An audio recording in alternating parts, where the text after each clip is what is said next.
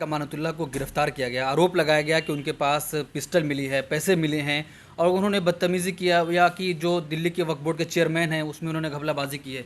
इसको कैसे देख रहे हैं आप? देखिए, ये भारतीय जनता पार्टी की बौखलाहट है कि वो अपने ईडी, सीबीआई, एसीबी उन सब का मिसयूज़ कर रही है। उसने अपने अपोनेंट को, चाहे वो किसी भी पार्टी के हों, छोड़ा नहीं है। जहाँ तक अमानतुल्लाह खां की बात है, तो अगर उनके ख़िलाफ़ कोई एफआईआर है, कोई करप्शन का चार्जेस है, 2 साल से वो केस चल रहा है, अब तक उनके ख़िलाफ़ वो चार्जशीट दाखिल क्यों नहीं हुई? अगर कोई गुनाह था तो साबित करते वो। मुझे ये लगता है कि ये सिर्फ गुजरात चुनाव में जो भारतीय जनता पार्टी की ज़मीन खिसक रही है, उसके मद्देनज़र ये कार्रवाई की गई है। और अमानतुल्लाह खां को इसलिए बली का बकरा बनाया गया है कि उन्हें पता है कि अमानतुल्लाह खां को जब हम गिरफ्तार करेंगे तो आम आदमी पार्टी भी खड़ी नहीं होगी इनके साथ। मनीष सिसोदिया या सत्येंद्र जैन के खिलाफ जब कार्रवाई की थी तो पूरी पार्टी खड़ी हो गई थी और उससे बीजेपी को फ़ायदा होने के बजाय नुकसान हुआ था। चूँकि मनीष सिसोदिया ने अपनी ज़ात भी बता दी थी कि मैं क्षत्रिय हूँ, अरविंद केजरीवाल साहब भी प्रेस कॉन्फ्रेंस कर रहे थे उनके लिए और धमकी दे रहे थे कि उसमें है हिम्मत तो गिरफ्तार करे और जेल में डाले। और बात सच निकली कि भारतीय जनता पार्टी में हिम्मत नहीं थी कि जो मनीष सिसोदिया को गिरफ्तार करके जेल में डालती। तब भारतीय जनता पार्टी के जो रणनीतिकार हैं उनको ये लगा कि एक कमज़ोर गर्दन है जो मुसलमान है, क्योंकि उनको मालूम था कि आम आदमी पार्टी भी नहीं बोलेगी। केजरीवाल जी ने ट्वीट किया और नहीं, इसीलिए मैं वही बात बता रहा हूँ। और वही हुआ कि आखिर एक वक्फ बोर्ड का चेयरमैन भी एक राज्य मंत्री का दर्जा रखता है, उसकी गिरफ्तारी पर अभी तक अरविंद केजरीवाल ने कोई बयान नहीं दिया, कोई प्रेस कॉन्फ्रेंस नहीं की, किसी बीजेपी को जिम्मेदार नहीं ठहराया, किसी ईडी सीबीआई को बुरा नहीं कहा। सिर्फ जब हम सब लोगों ने बहुत कुछ कहा, लिखा कि भाई आखिर ये पार्टी अपने एमएलए और अपने वक्फ बोर्ड के चेयरमैन के साथ क्यों नहीं खड़ी है, तो 24 घंटे के बाद अरविंद केजरीवाल ने ट्वीट किया। उस ट्वीट में भी आगे और पीछे क्या लफ्ज़ लगाए, पहले लगाया कि जिस तरह से सत्येंद्र जैन को गिरफ्तार किया, मनीष सिसोदिया की यहाँ सीबीआई की रेड हुई, उसी तरीके से आज अमानतुल्लाह के ख़िलाफ़ रेड होकर के उन्हें गिरफ्तार कर लिया। और आगे भी फिर उसके आगे लगा दिया और आगे भी अभी हमारे विधायक और गिरफ्तार होंगे। उसके बाद ना कोई अरविंद केजरीवाल का बयान, ना अरविंद केजरीवाल ने कोई प्रेस कॉन्फ्रेंस की, ना उनकी पार्टी ने की। तो देखिए, हमारा सियासी इख्तिलाफ हो सकता है किसी से भी। आम आदमी पार्टी की जो मुस्लिम विरोधी नीतियां हैं उनको हम खुल के बोलते हैं, आपके चैनल पे भी बोलते हैं और सरेआम बोलते हैं। लेकिन हम साथ ही साथ ये भी चाहते हैं कि जो मुस्लिम लीडरशिप के साथ जो नाम नेहाद सेकुलर पार्टीज़ का जो दोहरा रवैया है, ये मुतासिबाना रवैया है, इसकी भी पोल खुलनी चाहिए। यही काम कांग्रेस करती थी कि जब उसका मुसलमान फंसता था तो हाथ झाड़ लेती थी। यही काम समाजवादी ने किया कि आज़म खां को कैसे जेल में पड़ा रहने दिया। और यही काम ताहिर हुसैन के साथ आम आदमी पार्टी ने किया और यही काम पहले भी अमानत के साथ किया था और इस बार भी अमानत के साथ आम आदमी पार्टी कर रही है। लेकिन सर, अमानतुल्लाह तो लगातार ये कह रहे हैं ना, हम तो केजरीवाल के सिपाही हैं, डरने वाले नहीं हैं। अमानतुल्लाह के पास और क्या ऑप्शन है? अमानतुल्लाह और क्या कह सकते हैं? अमानतुल्लाह को उस पार्टी में रहना है। अमानतुल्लाह को ये लालच है मैं जीतूंगा नहीं, मैं दूसरी तरफ से जाऊंगा, किसी और पार्टी मुझे टिकट नहीं देगी, टिकट देगी तो मैं इंडिपेंडेंटली जीत नहीं सकता, तो इसलिए उनकी मजबूरी है कि अपनी पार्टी की बात कहना। लेकिन हम अमानतुल्लाह की बात नहीं कर रहे हैं, हम बात कर रहे हैं उस मुस्लिम लीडरशिप की जिसे हमारी कौम ने आम आदमी पार्टी के मुस्लिम लीडर को जिताया है। अब वो अमानतुल्लाह भी हो सकता है, कोई दूसरा भी हो सकता है। तो उस पार्टी की तरफ से जो उस अवाम के साथ धोखा हुआ है, आज ओखला की अवाम ठगा हुआ महसूस कर रही है। उन्होंने तो आम आदमी पार्टी के नुमाइंदे को जिताया था।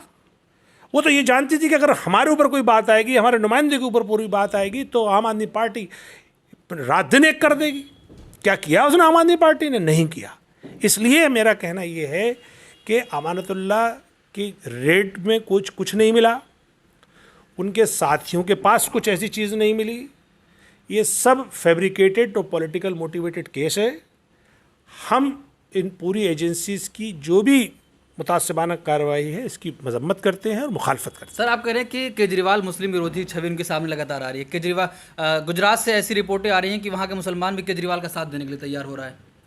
देखिए, केजरीवाल जी को ये बात मालूम है कि मुसलमान की कमज़ोरी है कि वो बीजेपी को हराने के लिए किसी को भी वोट दे देगा, और ये किसी हद तक ठीक भी है। हमने देखा है इसका फ़ायदा कांग्रेस ने भी उठाया है, इसका फ़ायदा केजरीवाल साहब भी उठा रहे हैं, और हम लगातार ये बात कह रहे हैं। हम गुजरात में भी कहेंगे, हमने यूपी में भी कहा, और हम दिल्ली में भी कहेंगे कि मुसलमानों, डरने घबराने की ज़रूरत नहीं है। इस मुल्क में संविधान के तहत जमहूरी निज़ाम है। जिस दिन तुम लोग जमहूरी तौर पर मुत्तहद हो जाओगे, अपनी पार्टी, अपनी क़यादत और अपने परचम के नीचे एक हो जाओगे, उसी दिन आपको सियासी क़यादत मिलेगी, उसी दिन सियासी क़ुव्वत मिलेगी, और उसी दिन तो आप सियासी तौर पर हिफाजत में रह सकोगे। ये जो जिस डर से कि हम बीजेपी को हराने की सारी जिम्मेदारी खुद ओढ़ लेते हैं और हम किसी भी छोटी बीजेपी को वोट दे देते हैं। केजरीवाल जी क्या हैं? छोटी बीजेपी, छोटा आरएसएस क्या है केजरीवाल? केजरीवाल की बुनियाद, केजरीवाल खुद कह रहे हैं कि मैं आरएसएस में मेरा पूरा परिवार था। केजरीवाल के तमाम काम जो उन्होंने जब सियासत में आए थे तो उन्होंने ये बात कही थी कि देश में भ्रष्टाचार से बड़ा मुद्दा सांप्रदायिकता है, लेकिन फिर उसके बाद जब वो पावर में आ गए तो उन्होंने सांप्रदायिकता के सारे रिकॉर्ड तोड़ दिए। सरकारी खर्च पे उन्होंने पूजा का लाइव प्रसारण किया, वो हनुमान भक्त हो गए, वो बाकायदा तीर्थ यात्रियों के लिए ट्रेन चलाने लगे। वो जिस राम मंदिर को कहते थे कि मेरी नानी कहती है कि किसी की मस्जिद को तोड़कर मेरा राम मंदिर नहीं बन सकता, आज उसी राम मंदिर के लिए ये यहाँ से पूरा प्रायोजित ट्रेन भेजते हैं। तो इनकी जो सांप्रदायिकता है वो तो बीजेपी से भी बुरी है, क्योंकि बीजेपी कम से कम ये कहती तो है कि हमें मुसलमानों को वोट नहीं चाहिए। ये शख्स तो मुसलमानों को बेवकूफ़ बनाता है। इस शख्स के लिए तो मुसलमानों ने क्या क्या न किया। पूरा जो दिल्ली दंगा जो झेला है मुसलमानों ने दिल्ली में, वो अरविंद केजरीवाल को वोट देने की सज़ा झेली है। लेकिन इस शख्स का क्या रवैया रहा कि जब वहाँ पे लाशें तड़प रही थीं, खून के अंबार लगे थे और कारोबार और मकान और दुकानें जलाई जा रही थी, तब ये शख्स दौरा तक करने नहीं गया। ये उस वक्त जो है महात्मा गांधी की समाधि पे मौन व्रत धारण करके बैठ गया। अरे दंगों में मौन व्रत धारण करा जाता है। दंगों में तो इसके बाद 68 एमएलए थे कि 68 के 68 लेके वहाँ, या 62 के 62 एमएलए लेके पहुँच जाता तो कम से कम दंगा रुक जाता, लेकिन नहीं किया शख्स ने, क्योंकि ये जानते हैं, इसको ये पता है मुसलमानों की कमज़ोरी है कि मुसलमान बीजेपी को हराने के लिए किसी को भी दे देगा। तो मेरी आपके चैनल के तवस्सुस से ये मौदवाना अपील है कि अपनी इस कमज़ोरी से बाहर निकलिए, अपनी क़यादत खड़ी करिए। भले से आपका कैंडिडेट हार जाए, भले से आपका कैंडिडेट कम वोटों से जीते, लेकिन आप अपनी क़यादत बनाना शुरू कीजिए, तभी आपकी कोई सियासी हैसियत बनेगी। अदरवाइज़ आप फुटबॉल की तरह कभी कांग्रेस, कभी आम आदमी पार्टी, तो कभी कोई दूसरा और आपको क्लेम करने लगेगा, लेकिन जब आप पे मुसीबत आएगी तो ये आपके साथ खड़े नहीं होंगे। अब तक का तारीख़ बताती है, और उसके बरक्स एक दूसरी मिसाल मौजूद है। अभी हैदराबाद में एक शख्स ने मेरे आका नामदार सल्लल्लाहु अलैहि वसल्लम की शान में गुस्ताखी की तो उसे सिस्टम छोड़ने लगा, लेकिन चूंकि वहाँ हमारी सियासी ताकत मौजूद थी तो हमने सिस्टम के ऊपर जाकर फिर दूसरी धारा लगवा कर उसको अंदर बंद कराया। आज है वो सलाखों के पीछे नहीं है। क्या दिल्ली में जो गुस्ताखी हुई थी, दिल्ली के मुख्यमंत्री ने एक ट्वीट भी नहीं किया उसके खिलाफ। तो यहाँ पे भी मुसलमानों ने एक सरकार बनाई है जो नूपुर शर्मा और नवीन जिंदल के खिलाफ ट्वीट नहीं करती, और आंध्रा में, तेलंगाना में भी मुसलमानों ने अपनी सपोर्ट से सरकार बनाई है जो एक ट्वीट पर उसको सलाखों के पीछे भेज देती है। तो ये वाज़ेह फ़र्क है आपको अपनी सियासी हैसियत मनवाने का या सियासी हैसियत ना होने का। अब हमें ज़रूरत इस बात की है कि हम इससे सबक सीखें, डर और खौफ को निकालें। संविधान जिसकी हमें इजाज़त देता है, यानी जमहूरियत में हमें अपनी क़यादत को डेवलप करने का पूरा इख्तियार हासिल है। वोट अगर हमें देने का हक़ हासिल है तो वोट लेने का भी इख्तियार हासिल है। तो क्यों ना हम वोट देने के साथ साथ वोट लेने वाले भी बने। आज मजलिस इत्तेहादुल मुस्लिमीन AIMIM आपके दर पर आई है, एक अपॉर्चुनिटी बनकर आई है, एक मौका बनकर आई है, एक दरख्वास्त बनकर आई है। दिल्ली के मुसलमानों को इसे सीने से लगा लेना चाहिए। गुजरात के मुसलमानों को, राजस्थान के मुसलमानों को, हिंदुस्तान के मुसलमानों को अपने सीने से लगाकर इसे अपने वोट से, अपने मन से, तन से, धन से सींचना चाहिए, ताकि आपकी आने वाली नस्लें सियासी तौर पे महफूज रह सकें। इन जो शैतानी जो ताकतें हैं जो आपके ख़िलाफ़ आपकी दुश्मनी में रात दिन एक किए हुए हैं, इनसे वो मुकाबला कर सकें और जो उनके बुनियादी और जो आईनी हक़ है उनको हासिल कर सकें। सर, जो आपके पार्टी पर आरोप लगता है कि बीजेपी का बी टीम है, तो आप तो सीधा कह रहे हैं कि एआईएम बी टीम नहीं बल्कि केजरीवाल बी टीम है।